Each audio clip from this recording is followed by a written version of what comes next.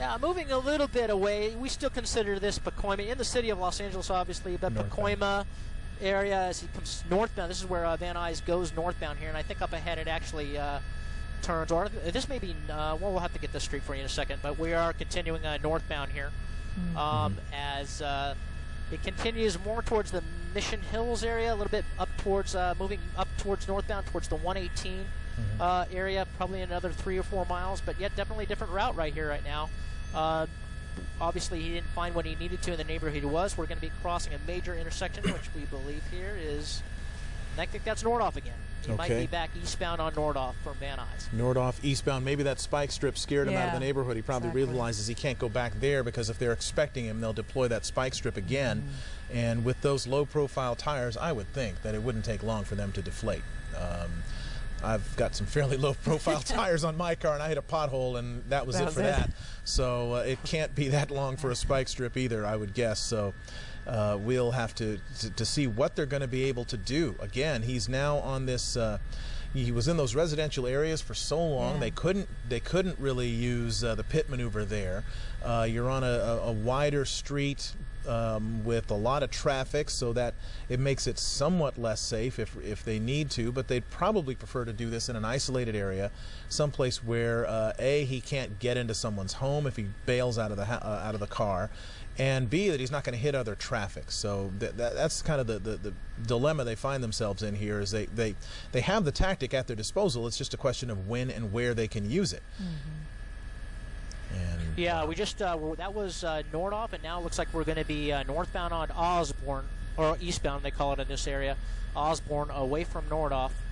But yeah, using different areas, and you know, it's always touchy here. There is a primary unit, but there's always a supervisor, a police supervisor in charge of these pursuits. And what his job is to monitor these pursuits, make sure everybody keeps their head, time is on their side, especially in this situation where he's driving, you know, not so recklessly. He's somewhat in control, not. You know, so far nothing too dangerous, but watching it, managing it, see what he does, except when he crosses into oncoming traffic like that, which is not very safe at all. But moving back left or westbound onto another side street, you can see a bicyclist through there. But the supervisor's job in this pursuit is to manage it, make sure all his units are doing what they're. We're northbound Beachy Street, and still in the Pacoima area, but the supervisor's job here is to manage this pursuit, make sure his units are all deployed properly, and he's the one that's going to decide based on what the air unit is telling him, what his ground officers are telling him about speed, road conditions, pedestrians on the roadway, how to manage this pursuit. And right now they're doing a very good job managing this pursuit. We're past Cagle Canyon here on Beachy, but managing this pursuit very well as we're getting down to probably about 5-10 minutes of fuel left here in Air 7 before we get relieved. Made another left-hand turn. We believe that's southbound, and another eastbound turn.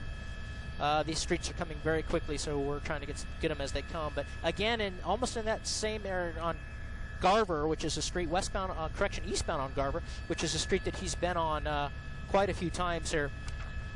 Southbound Sandusky is what he's on right now, away from Garver. So, you know, through these areas, their job to manage this pursuit, and at some time here, depending, they're going to weigh it against, they're going to weigh what they're going to do based on what he's wanted for. And right now, from what we've been told, it's still just a failure to yield for those tinted windows. But we're going to try to figure it out. I'm sure we'll learn more about exactly what he's wanted for here very shortly.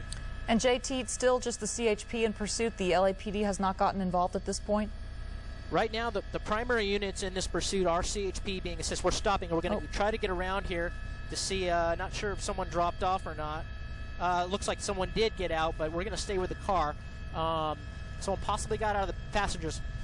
One did go into one good bail out of the car behind the tree there. CHP is in for pursuit of that suspect, and we'll keep you advised on what's happening there.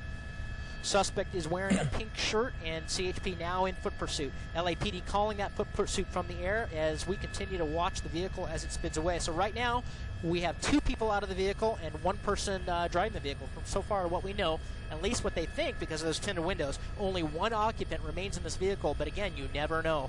And that's the scary part about law enforcement. They just never know what they're dealing with, these vehicles, especially with the tinted windows. But now he seems to be driving a little bit faster. Now that he got rid of that passenger. Speed up a little bit. Maybe a little bit more anxious here.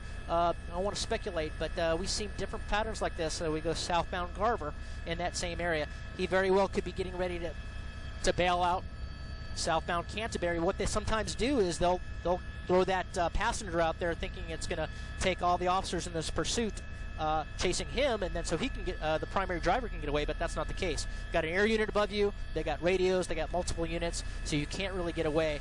Again, coming into oncoming traffic there, hitting the brakes, trying to get around that white car, almost went head on with those other two cars. There seems to be a little bit more urgency and a little less safe driving on his part in this avalanche. You can see that CHP unit. And to answer your question earlier, Michelle, yes, CHP is still the primary in this pursuit, primary and secondary. LAPD monitoring the pursuit because it is in their area of jurisdiction, along with LAPD Air Support Division. Not sure if there's a CHP helicopter here as well, or is it only LAPD? Just for something very simple, a citation for tinted windows, and then took off. This pursuit has now been going on for over an hour. That started over at the 210 and Fruit Street, and now has made its way to where the car is registered in Arleta, and then also into Pacoima as well.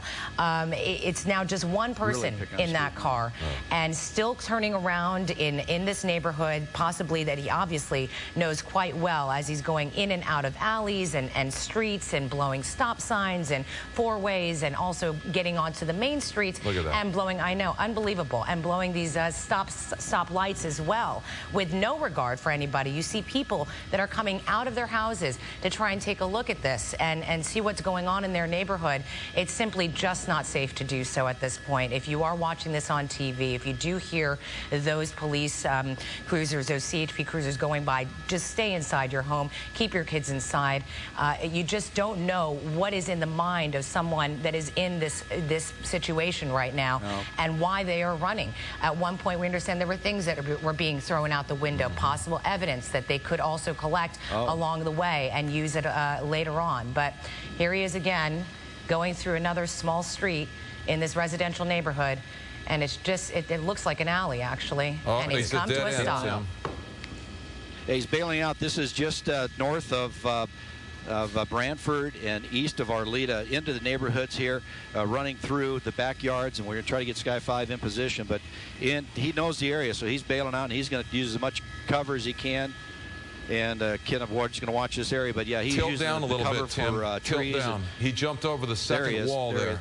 Okay. Yeah. Well, see there, and then he jumped a wall. The suspect, the driver of that car, jumped the wall, and now we're trying to see where exactly he is, trying to hide through this neighborhood and trying to just find some cover away from the CHP officers that have been on this pursuit. Tim, it looked like he jumped the first wall that's right there on the front bumper of his truck, and then ran through the yard and scaled a second wall, and at that point we lost him. But obviously CHP is right on it at this point, and you believe you might see him beneath that awning in that backyard? Yeah, that right there, if we push in real tight there on that awning right to the right, that's where I last saw him go underneath that awning. Right in there. So you can see that it's the CHP officer working it. They're being directed in by the CHP airplane that's here as well. Yeah, Dave, the lone suspect, after dropping two passengers off, ran into this alley, ran out of room there at that dead end, bailed out of the vehicle, and ran into this neighborhood very near Osborne and Laurel Canyon, to be exact, right at Melvin and Sunburst. Right now, LAPD, California Highway Patrol, setting up a perimeter, trying to lock down this area. Well, there are officers all in this area. There was a couple on that major street. You see them right there in that elbow, and they're talking about we hear him saying that these by a pool, but we clearly saw him run past that pool and work his way into this tree right here. At one point, I did see some shadows moving, so I thought maybe he had run on, maybe in that area right there. Again, it appears that he has not moved from that area. Again, many telltale signs is you'll see dogs running in this area, or you'll see somebody in the backyard. So we've been kind of keeping a wide shot here, looking, but I have not seen him come anywhere from the last we saw in that tree-lined area, that big tree right there, and that is where four properties seem to come together. That's where four walls meet. So it makes you kind of think that maybe he's hiding out in that area. Maybe it's if he feels comfortable there. But again, you're right. They are. If it doesn't happen right away, you know that LAPD is going to get involved. They're going to try to lock this down. There's only a couple of officers out here from CHP, and again, one of them is with the vehicle, and the other couple are over here on this residential street. And again, you can see a lot of people coming out of their homes. You see these officers walking around. Obviously, they're going to try to make their way into these backyards. Again, it's going to be very curious to see what's going on. Again, I saw some movement right in that area. That's the reason why I made that quick zoom.